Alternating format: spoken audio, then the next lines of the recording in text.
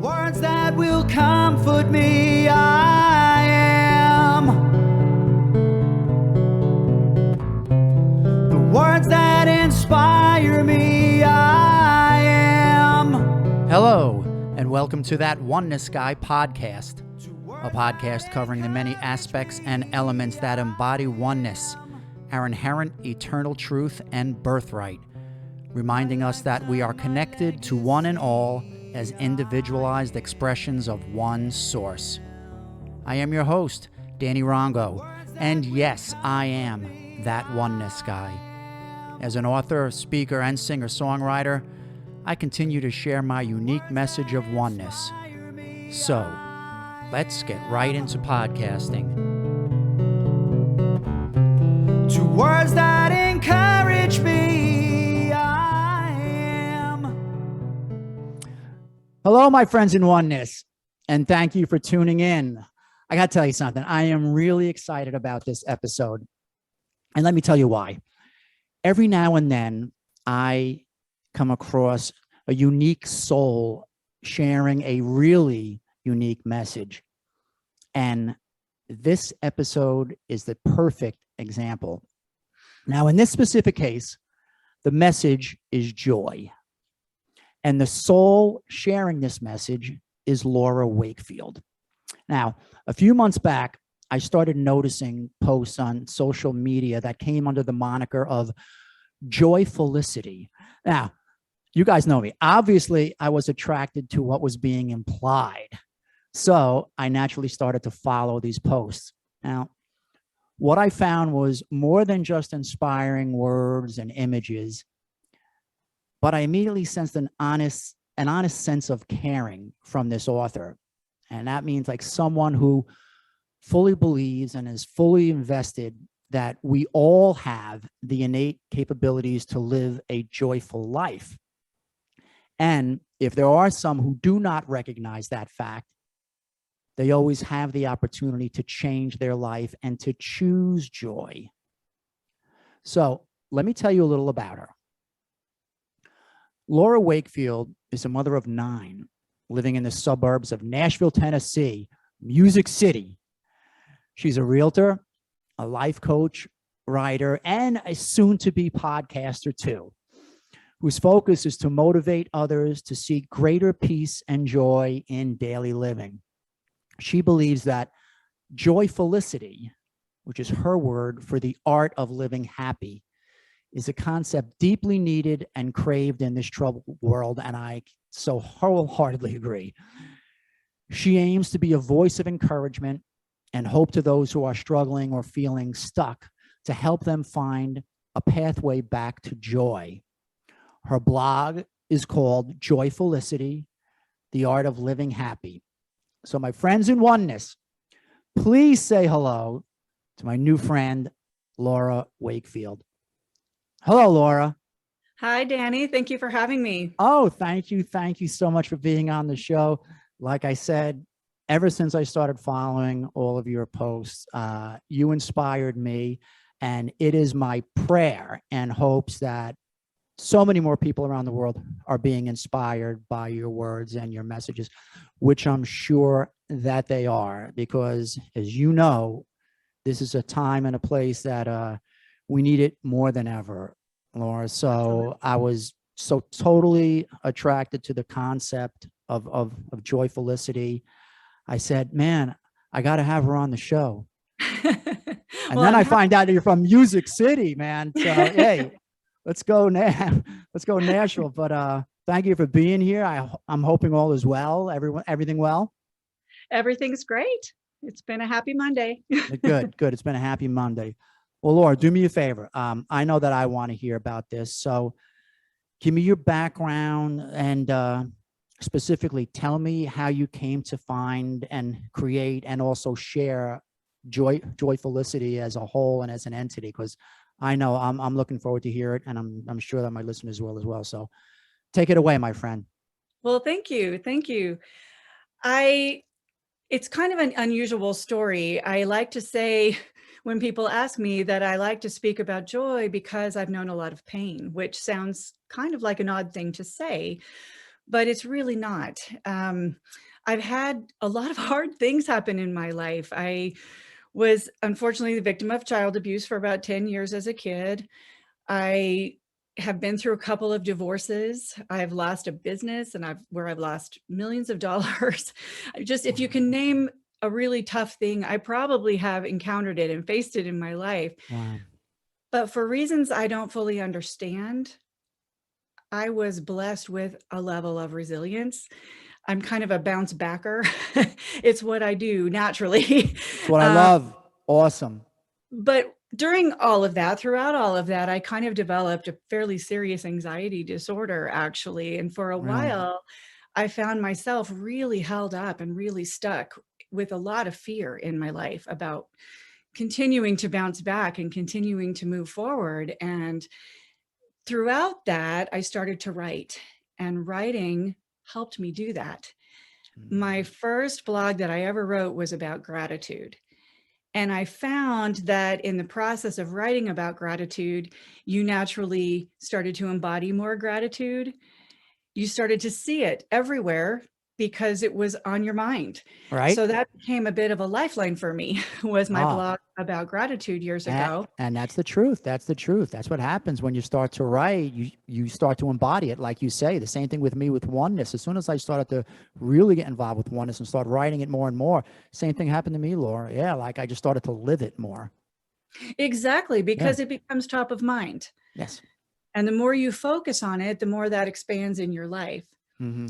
So as I went through that, I also began to talk to a lot of people.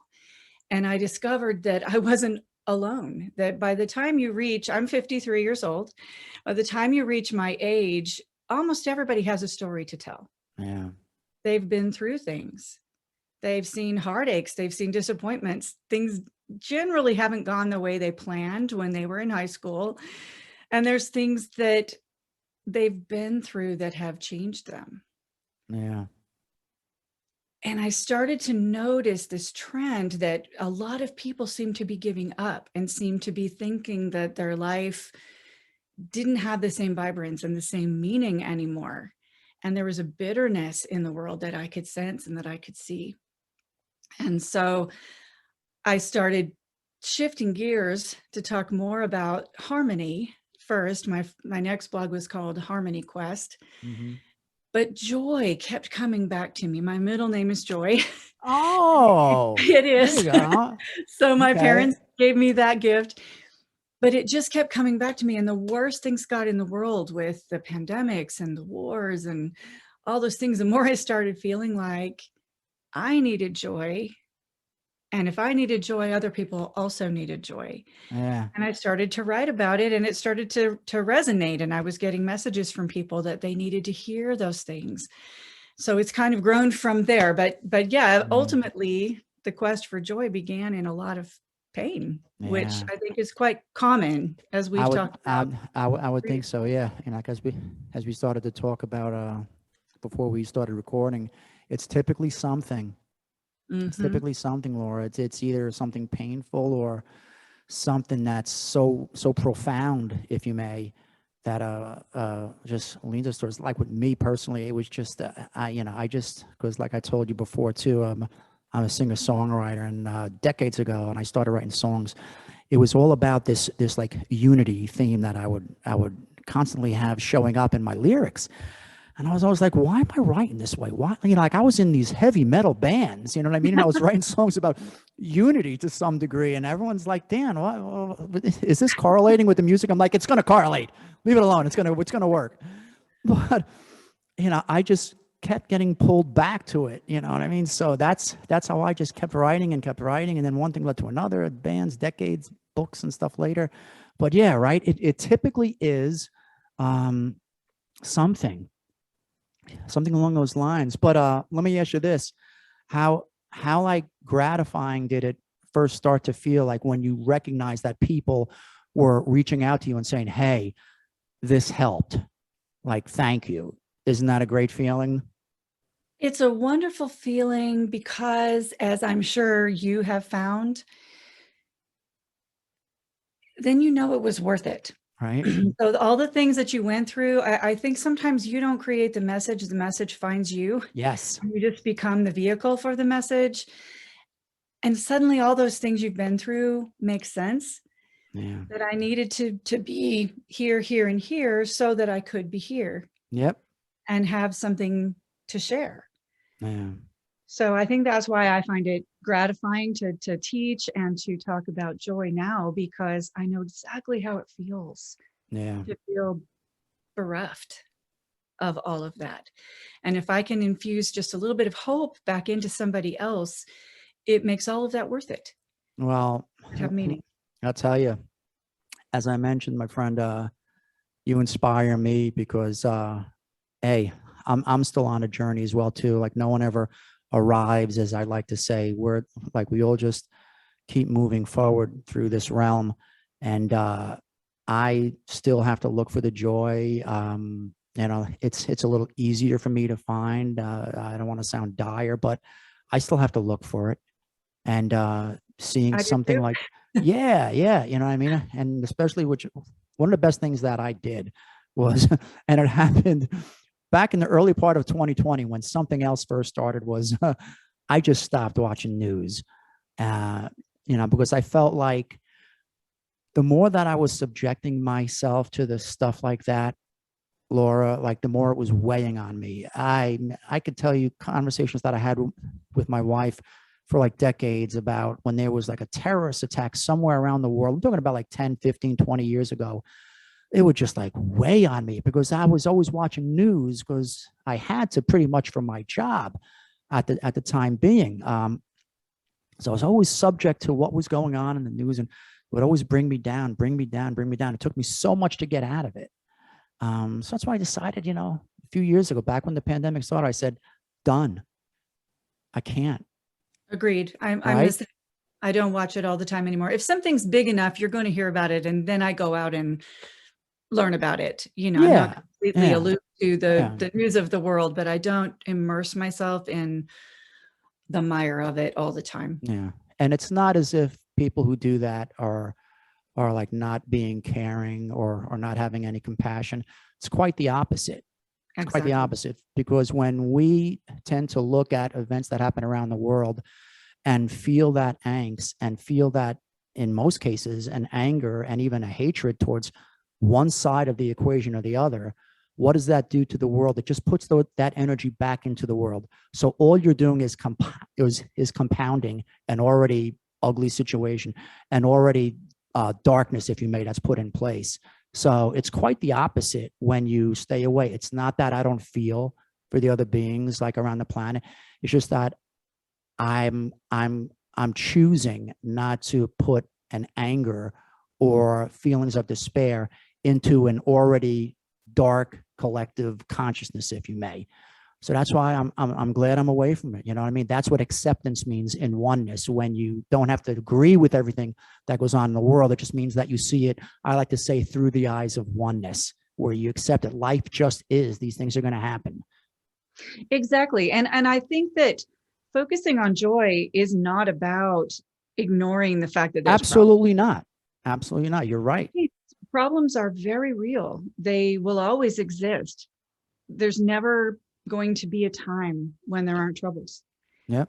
And there isn't pain in the world. And that's Yeah. why I feel it's even more important to focus on it. And And it when it is. comes to the news, I ask myself, is there something I can do about this?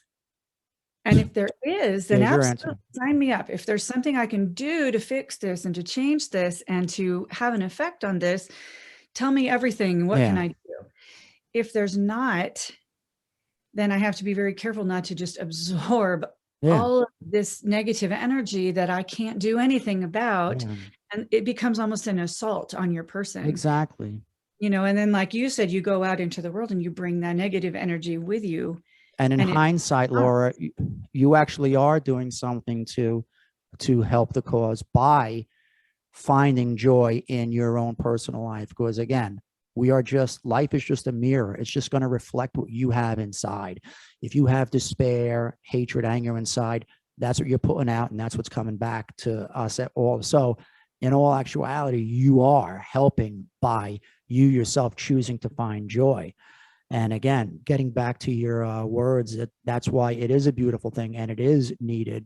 And it's not casting anything aside for any of my guests out there who may be listening, but they don't think like that because they know how that oneness guy thinks. They know how I am. And no, they understand that, you have to look in the mirror. You come first. You have to look in the mirror, like I say, and say, okay, how am I going to make my day go? It all comes down to us. So listen, I want to talk about some of your specific blogs because, I had a chance to run through some of them and they're so poignant and they're so beautifully written. I love them all. I can name off a few of them here. You can tell me which one you'd like to maybe start with. Either, how about something like never miss the chance to make someone else smile? How beautiful was that? Now, was that was kind of recent, right? That was one of the more recent ones, yes. Okay. And I think that blog post stemmed out of basically what we're talking about right now, that I think sometimes there can be an idea that if we work on being happy, somehow we're being selfish and we're inward focused, and that's not caring about other people. And I think it's quite the contrary. I think the more joy we fill up with, the more we have to spill out onto other people. And there's really nothing that feels better than watching someone's face light up. Isn't it? And it really doesn't take very much. No, it takes very little often to just bring that little bit of happy into somebody's day. And then they hopefully carry that on and spread that around. So that's the old pay it forward mantra too. Yeah. Exactly. No, but that is the truth. Just seeing someone smile, it just lightens you. You know what I mean? It just lightens your being as well. And it's a beautiful thing. I sing a lot of weekends. I entertain at senior assisted living facilities. I love that. And let me tell you something, Laura, you talk about getting gratification about seeing smiles on people's, because so many of these beautiful seniors, these beautiful souls, they don't have a lot to look forward to through any given day. But when they know they got the entertainer coming in on Saturday, like, woohoo, right? And when I'm singing and I see them sitting in their wheelchairs or sitting in their chairs and they're just smiling and they're singing along with me, I can't tell you what that does for me. And because I know what it's doing for them. They're smiling, I'm singing all the songs that they know. But again, that's the joy. You're actually, that smile is actually bringing joy again to someone's life. Well, and I think it's so important I think we can feel very helpless, especially when we listen to the news or we know these massive, heavy things that are happening out there. We've got wars going on, we have pandemics going on, these are heavy things that sometimes we can feel quite helpless to affect any positive change. But it's so important to remember that something as simple as just smiling at a stranger, you don't know what's going on in their life and what they're going through. And that smile may be the only one they got that day. That may be the most beautiful thing that they see that day, is a stranger smiling at them. So don't hold it back. Exactly. Is what I like to tell people. Let it out and share it with people, because you just don't know as you pass people in the street what they're dealing with and carrying. And that is why I really love the first 4 words of the title of that: never miss the chance. Happens to me, I'm sure it happens to you. There's so many times when we are running here, running there, getting out of a car, going here, and then you realize I could have either helped that person, or I could have done this or done that. And then we sit back and reflect and we go, damn, man, you know what I mean? We have to think about that. We have to think about minimizing those missed opportunities like that, to say, all right, wow, I missed a chance, because it takes effort. As you know, it takes an effort to try to make someone smile for whatever reasons, but you have to be conscious of what you're doing. For a lot of people, it comes naturally, which is beautiful. Most people, I would venture to say, you have to think about something like that. But the more that you start seeing posts like yours, blogs like yours, messages like what you're talking about, it's going to become a little more natural. Again, to your like original point of like when you started blogging, and why did you turn more into the harmony? Why did you turn more into joy? Because you were writing about it. The more that people see your words, the more that these concepts and values in life are going to resonate with these people. And maybe, you know, they won't miss the next chance to make someone smile, right? I think really what it comes down to is, you said be conscious of it, is just paying attention. Yeah. To strangers, to notice opportunities, but even to the people that are closest to us. I think sometimes we miss the most chances there Yeah. because they become so familiar that we stop paying attention. Yep. And we just think, well, I know them. I know what they need. I know what they like. I know what they want. But that might not be true today. You know, Yeah. maybe it's like with my children, when they come home from school, I don't know what they've just been through at school that day. Yeah. And if I'm not paying attention, they may not come to me. That my kids are pretty good about coming to me to talk, but sometimes when people are hurting, they draw inward. Yeah. And if you aren't real in tune and paying attention, you'll miss that. And you just won't even realize that they need that extra hug or they need that extra word of comfort in their life. So, And like you mentioned too, especially the children too. Kids nowadays are subject to so much, and I've been learning so much more since I've been. I work during the days as a paraprofessional now, as like a teacher's aide, and I work with specific children, some autistic kids, and general wow. education as well too. Yeah. And you like see that these kids, especially because this whole bullying thing nowadays, man, is like off the charts. It was well, obviously, because there's so much more opportunity for like kids to do things. They tweet things, they put on instant messages and direct messages, and it's so sad. And honestly, Laura, it pisses me the hell off. You know what I mean? Like if there's one thing I always hated was a bully, especially like when I was a kid. I was blessed. I have an older brother who was only 2 years older than me, and he always had my back. So I was never bullied or anything like that because he would kill him. Right. I was a tough dude. He still is a tough guy. Your champion.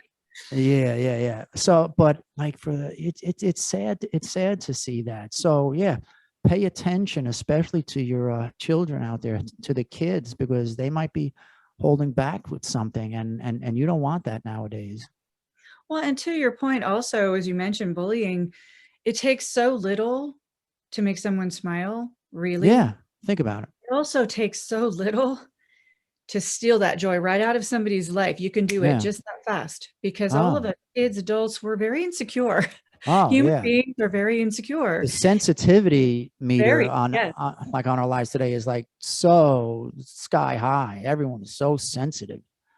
We really are. And just that little brusque comment that we didn't realize we were having such an impact can really rock somebody's energy for the day as well. So being cautious about how we present to other people is really important. No, I hear it. That's beautiful. I want to jump into another one here. Okay. And I keep staring at it too for a few reasons, musically, and also it was a name of a band that I used to play with when I was young. Breathe into the rhythm of life. Yeah, that one is based on, I've recently become pretty enamored with meditation. Okay. And with breath work. Good.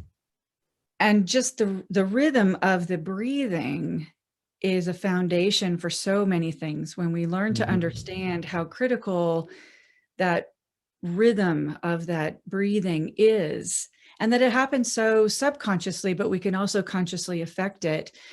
I feel like that's a framework for looking at a lot of other things in our life outside of our physical bodies also. And I have been allowing myself recently to become so busy that a lot of things were getting missed. And that's kind of where I was going with that sometimes you must exhale in order to be able to inhale again. And sometimes we have to be willing to give up certain things. You know, life brings us so many opportunities, and maybe all of them are good. Mm. And maybe they're all interesting, they're all important, they're all these things, but we're finite beings with finite amounts of time and energy and spiritual resources to give. And if we don't ever exhale because we're trying to hang on to just everything, we can't take another breath. Yeah. And maybe that next breath is the one we need the most. Well said. I like to tie that into the word flow, you know, because to me, you know, like when I hear the rhythm of life, everything here, everything that we do embodies a flowing nature. The moon, the tides, the winds, the cycles of life, everything is constantly flowing. And we don't latch on to that flow. Everything that we do generally is the butt against that. We don't go with the flow. My guru, Dr. Wayne Dyer, said decades ago, he said, there's a reason why the song went, row, row, row your boat gently down the stream. Merrily, merrily, life is but a dream. He said, because that's what we're supposed to do. And that's how easy it's supposed to do. We're supposed to flow with life. You know, we're supposed to allow it to come to us and flow through us the same way the seasons are changing now. Everything is on this natural rhythm, this natural rhythm of life, this natural breath. It all ties into what you said too. Your breath work is so vitally important. What is it? It's in and it's an exhale. It's in, it's a rhythm. It's a rhythm. Your heartbeat, rhythm. Everything is a rhythm of life. But that's why I love that content. You know, I'm sorry. Usually when we get stuck in our life, it's coming from us, that we're trying to either stop something that's coming that we're afraid Correct. of, hang on to something that we like, that we don't want to lose. Yeah. And learning to release and let go and let it flow, let it happen as it's meant to happen in our lives. Yeah. It's very difficult, actually. It is. It is. You know, it's not well, it becomes easier. It's actually truly the easiest way to live if we can truly learn if to you embrace can, it, to do it. how to embrace it too. And there's so many sayings over the years, like the one that's coming to mind right now is let go and let God. You know, that's the same essence of what we're speaking about here. When you come to the point that, okay, I know I have a senior partner, if you may, I have a higher source. Laura, I don't like to say that it's any specific one. I use God in my books because to me, that's still the most identifiable, but you can call it spirit, soul, entity, higher source, higher awareness, higher consciousness. It all means the same thing. But when we come to that like realization that we emanate from that, and that where as much of that is this computer, everything, the ground, the trees, everything is all tied and all universally connected. That's what oneness is. But when we get that and then understand that, all right, we're not alone. It's going to be okay. Allow life to breathe into you, to use your words. Allow that rhythm of life to breathe itself into you. That's when we notice life starts to flow more. Because how many times have you noticed, Lauren, when things, it happens to everyone, but like if there's that time, maybe a couple days, maybe a week, when things start going really haywire, and unless you find yourself to slow it down and breathe, what happens? It starts going like this, right? It starts, and then you see something else go wrong. That's not by accident. There are no accidents in a perfect universe. So your energy, because you're bucking against the system, whatever you want to call it, you're pushing yourself further and further away from breathing in that rhythm of life. And that's what we don't have a handle on. And I'll be the first to say, I'm still working on it. Because I think you work on it your whole life. You I have don't to be. think that there's ever an end to this journey toward trying to find that peace and trying to find that spiritual connection. if you ever think you're done, that's probably the beginning of the next series of problems, because Yeah. that means you're not going to keep focusing and keep trying. Yeah. It's a lifetime pursuit. And I think it's really important. This is something that I'm still trying to really learn, to not beat myself up when I get Yeah. off track. Yeah. Wow. Because I'll do that. I'll think, I well, would do the same thing you too, weren't Laura. I joyful hear you. today. You know, you teach people about this. What's wrong with you? You know, we can get ourselves to where we're really being very hard on ourselves for being human. Oh. We're human beings, and we Think are of- not perfect beings. We're never going to be. And that's okay. I'm just laughing because you just made me think of something, how my brother called me out over the stupidest thing a few years ago, watching, because I'm a fan of the Giants in the NFL, because obviously, like, I'm here in New Jersey. So, like, I got my brother who lives out in Seattle, right? He happened to be like on the phone with me. We're actually FaceTiming. It's a Sunday afternoon, which we do often. We'll FaceTime as we're watching games together and stuff like that. So I'm getting really pissed off, like at Eli Manning throwing stupid passes. I'm like, you suck, Eli, you piece of shit. I'm going off like that, and I'm cursing. So my brother, after a while, he goes, yo, where's the fucking oneness now, man? Just like that. Where's the oneness now, man? And I'm like, yeah. So to your point, that's what happens. But he just totally called me out on that. And I was just like, yeah, all right. But to your point, it's funny because people will say that to me sometimes. You talk about joy. Do you ever cry? Yes, of course I do. Do you ever get mad? Yeah. Of course I do. It's just, I think the more you focus on it, it doesn't prevent you from very human tendencies or very human responses to things. Yeah. I think it just resets your default mode inside to where you can come back faster. Yeah. You can snap out of it faster and not let it take you down completely. Exactly. Which, if I'm getting good at anything, it's that turnaround time. Like with me, honestly, it's like a matter of seconds to a couple of minutes before I'm like, oh, that's not me. But still, I allow my being to get taken over, like just how I mentioned about some of the stuff on the news. The Giants still suck. Just, all right. So can't be helped, right? You can't help responding to that. Yeah. Like, damn, another year of mediocrity at its best. What's going on, guys? But that's a whole nother conversation. And I think we wouldn't be very interesting people if we were, what do I want to say, mono-emotional? Like if we didn't emotions, and so joy Laura, isn't about never feeling sad. That's the blessing of us being here is, like, not to go into a oneness whole podcast episode here, but like I like to explain it when my guests hear these kind of topics, and they know that that's why we're here, because we come from oneness where there is no duality or contrast. There is no happy and sad, angry and joyful. There's only oneness. That's why we're here, to experience what we are not. So we have to live through these things, but that's part of it. That's why we have the ego. That's why the ego is our nemesis, because it's pushing us further and further away from oneness. That's why I get mad. And every time you learn a little bit more. Yeah. A little bit more knowledge, a little closer to where you're trying to be. So it's worth something, even when you're mad at the Giants. Yeah, exactly. I want to touch on one more that may be a combination, because I'm looking at soar at your highest and best, which kind of probably leads right into, or maybe might be prefaced by, follow your joy. How would you put them, like, in order of succession? Would you say follow your joy, which will lead you to soar at your highest and best potentially, or,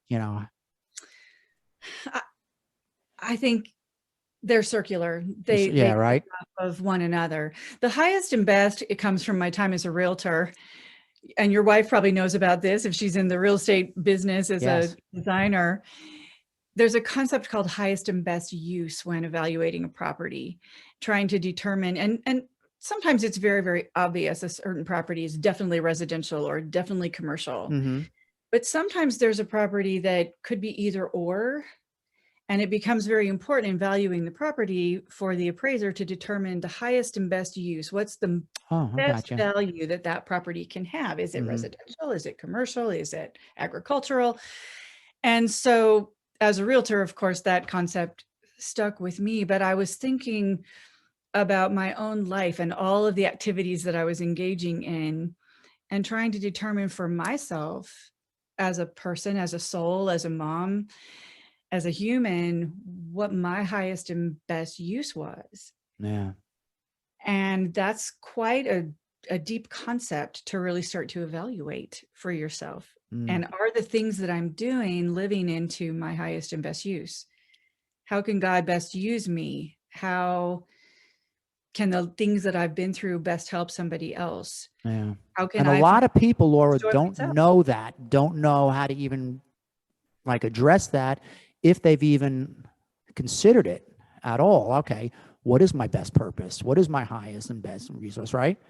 And People it's don't know. hard. I mean, It is that's hard. some hard work to dig deep and look at a lot of the activities that you're doing and realize that Yeah. maybe you're not, and maybe Yeah. you need to make some changes. Well, I always say, just follow your intuition, follow what inspires you, because obviously you know what it feels like when you're blogging about Joyfulicity. Um, I'm sure everything just flows, which is inspiration in its purest form. Like if you take the word like like inspiration, inspire, what it means is like in spirit, right? You're in spirit at that moment.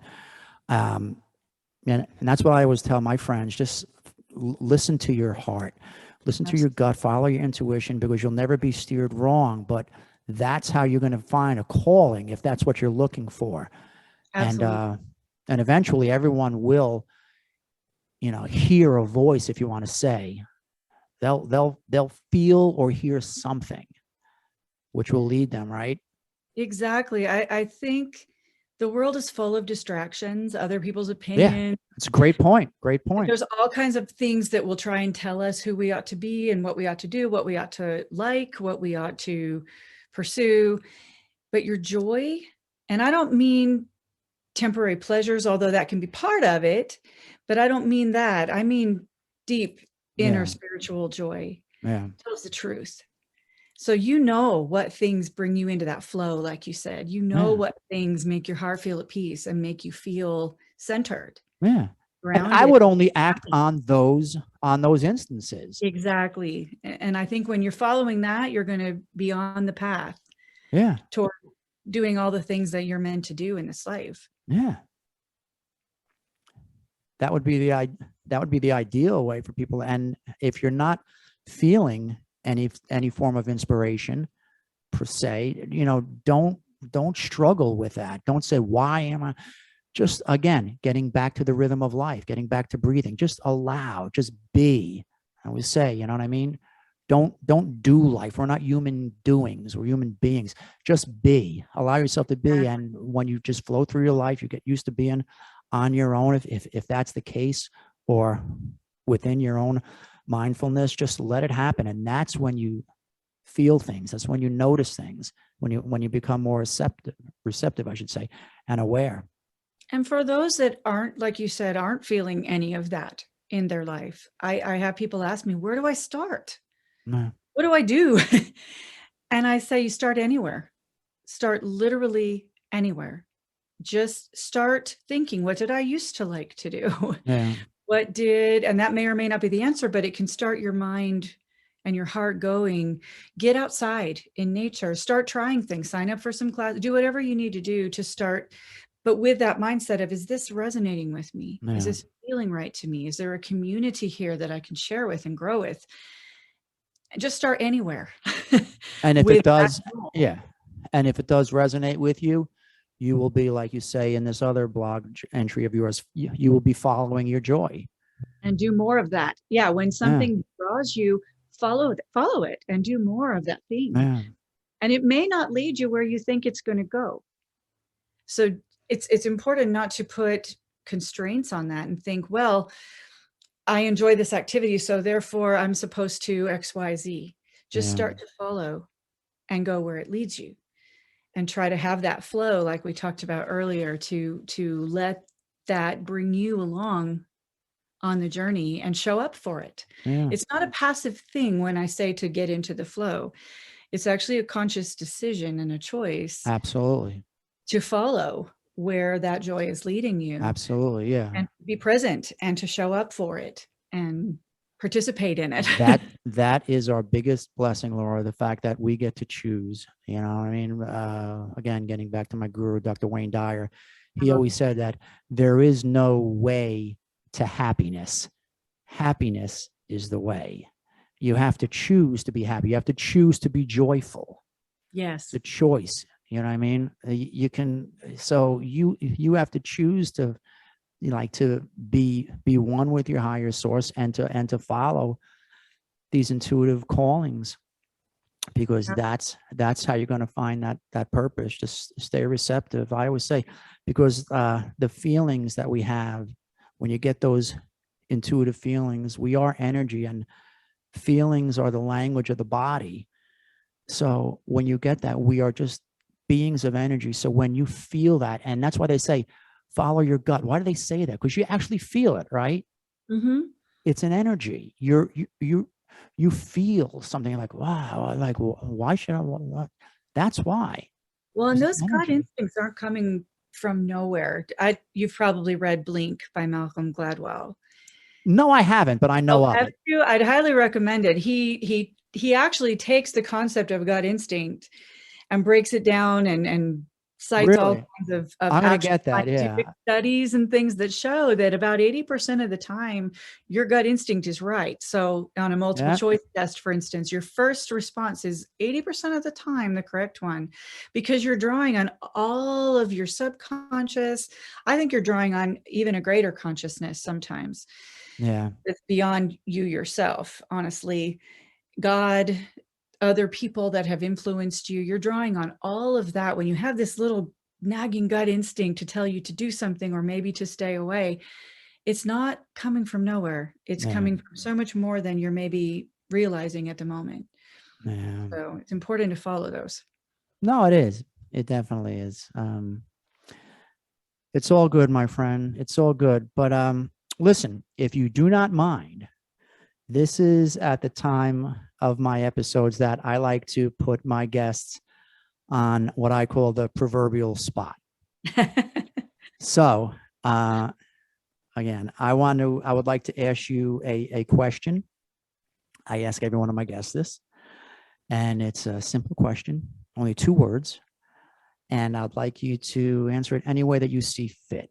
If it is in 1 word, 10 words, 100 words, I don't care.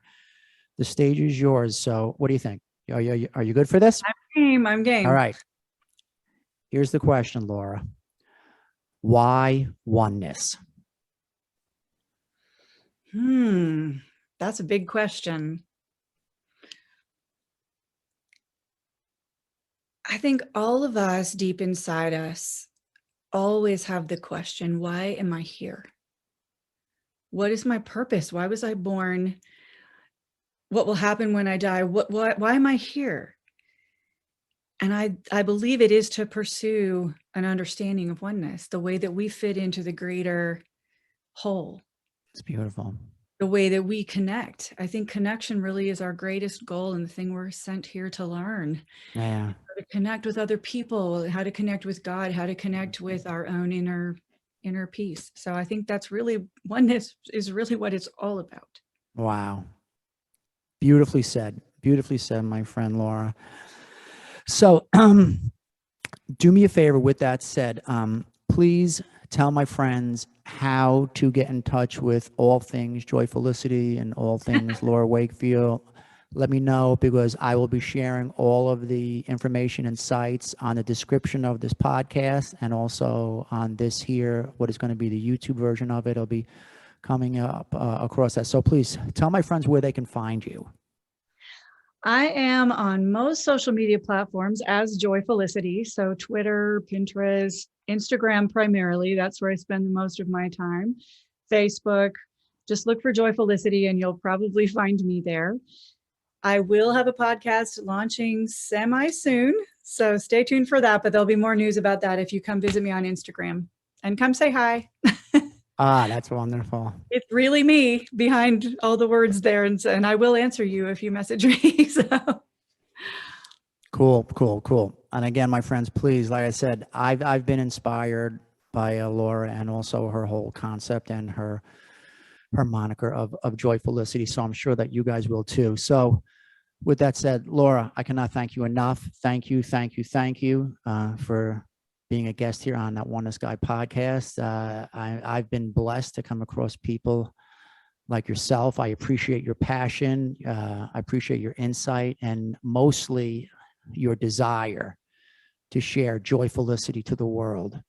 So I appreciate that, and thank you. Thank you, Danny. It's my pleasure. Sure, absolutely, my friend. And special thanks to you again, my friends, for tuning in to this special episode. Again, like I said, I'm so blessed to come across these people like Laura. And as long as you keep tuning in, I will keep finding these unique beacons of light and love, as I like to call them. So stay in touch. And as you know, as always, I send you peace, love, light, and continued oneness. Namaste.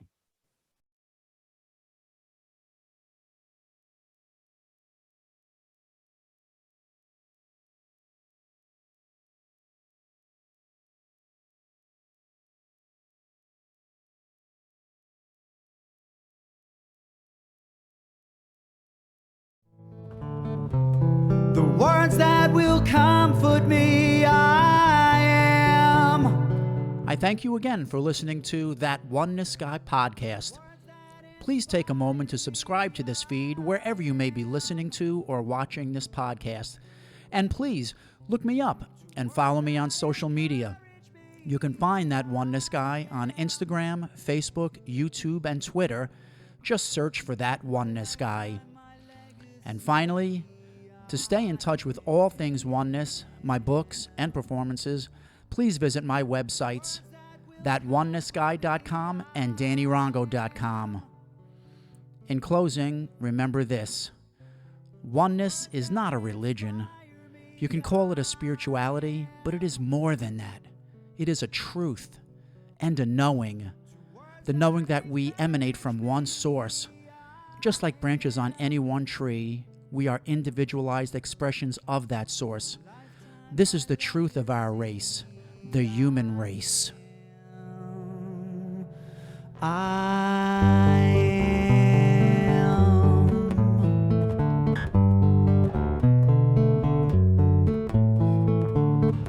am one of many who have come to sing their song.